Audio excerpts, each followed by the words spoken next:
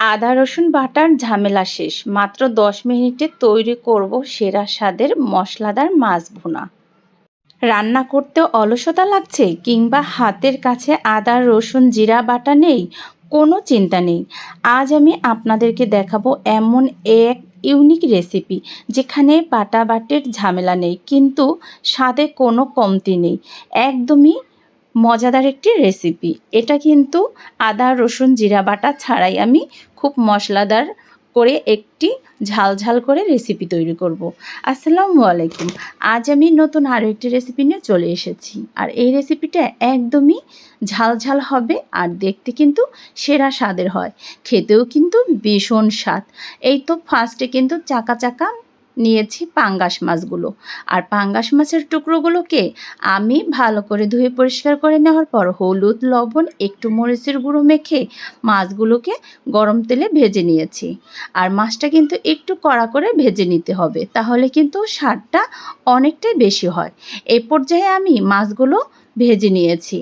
এখন বাকি ছিল কাঁচকলাগুলো। তো কাঁচকলাগুলো একটু হলুদ লবণ মরিচের গুঁড়ো দিয়ে ভালো করে মেখে এই তো তেলের সাথে কাঁচকলাগুলো ভেজে নিয়েছি। তো এই তো কাঁচকলাগুলো কিন্তু আমি উল্টিয়ে পাল্টিয়ে ভেজে নেওয়ার পর এখন তুলে নিব। এখন আমি বাকি যে মাছগুলো ছিল সেই মাছগুলো এভাবে একটু কড়া করে ভেজে নিব। এ পর্যায়ে মাছগুলো এই তো তেলের মধ্যে দিয়ে দিলাম, দিয়ে এখন একটু কড়া করে ভেজে এই তো তুলে নিব। এরপরে কিন্তু এখানে আমি আসল যে মশলাটা সেটাই অ্যাড করে দিব। তো এখানে আমি কোনো তেল অ্যাড করিনি। এই তেলের মধ্যেই কিন্তু আমি মশলাটাকে সুন্দর করে কষিয়ে নেব। তো এর আগে এখানে কিছু পেঁয়াজ কুচি অ্যাড করে দিলাম আর তার সাথে একটি টমেটো ফালি করে কেটে দিয়েছি, কিছু ফালি করা কাঁচামরিচ। তো এ পর্যায়ে কিন্তু পেঁয়াজ আর টমেটোগুলো একটু ভেজে নিয়েছি।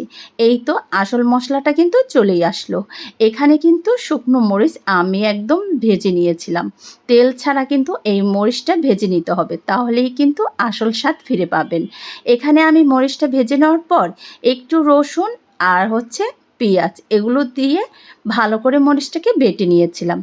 আপনারা চাইলে শিলপাটায় বেটে নিতে পারেন, আর তা না হলে কিন্তু এটা ব্লেন্ডার করে নিতে পারেন। আমি কিন্তু শিলপাটায় বেটে নিয়েছিলাম।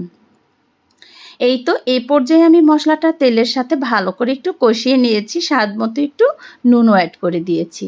একটু পানি দিয়ে মশলাটা আরও কিছুক্ষণ একটু সুন্দর করে কষিয়ে নেওয়ার পর এই তো ভাজা মাছগুলো আর কাঁচকলাগুলো অ্যাড করে দিলাম। এখন আমি কাঁচকলা আর মাছগুলো দিয়ে এই তো এখানে এখন ঝোলের জন্য একটু পানি অ্যাড করব। এই পানিটা দিয়ে একদমই ঝাল ঝাল করে মাখা মাখা করে রান্না করব। এটা দেখতে যতটা লোভনীয় হয় খেতে কিন্তু দ্বিগুণ হয়। সত্যি একবার হলেও এটা ট্রাই করে খেয়ে দেখবেন। এই মাছ ভুনাটা খেতে এতটাই স্বাদ হয়। এই তো আমি নেড়ে চেড়ে এখন ঢাকনা দিয়ে ঢেকে রেখে দিলাম। কিছুক্ষণ পর এই তো ঢাকনা তুলে এখন আরও একটু নেড়ে চেড়ে দিব। একদমই কিন্তু মাশাআল্লাহ মাখা মাখা হয়ে আসছে আর রান্নাটা কিন্তু দারুণ হয়েছিল। এই রেসিপিটাতে একদমই গ্রামের স্বাদ ফিরে পাবেন। গ্রামের যেরকম একটা তরকারির স্বাদ হয় এভাবে রান্না করলেও কিন্তু সেই স্বাদটা ফিরে পাওয়া যায়। তো আমার রেসিপিটা যদি ভালো লেগে থাকে অবশ্যই একটা লাইক কমেন্ট করে পাশে থাকবেন নতুন নতুন রেসিপি পেতে হলে। তো আজকের মতো বিদায় নেব। আর আমার ইউটিউব চ্যানেল থেকে যদি দেখে থাকেন সাবস্ক্রাইব করে দেবেন, ফেসবুক পেজ থেকে দেখলে ফলো করে দেবেন। আল্লাহ হাফেজ।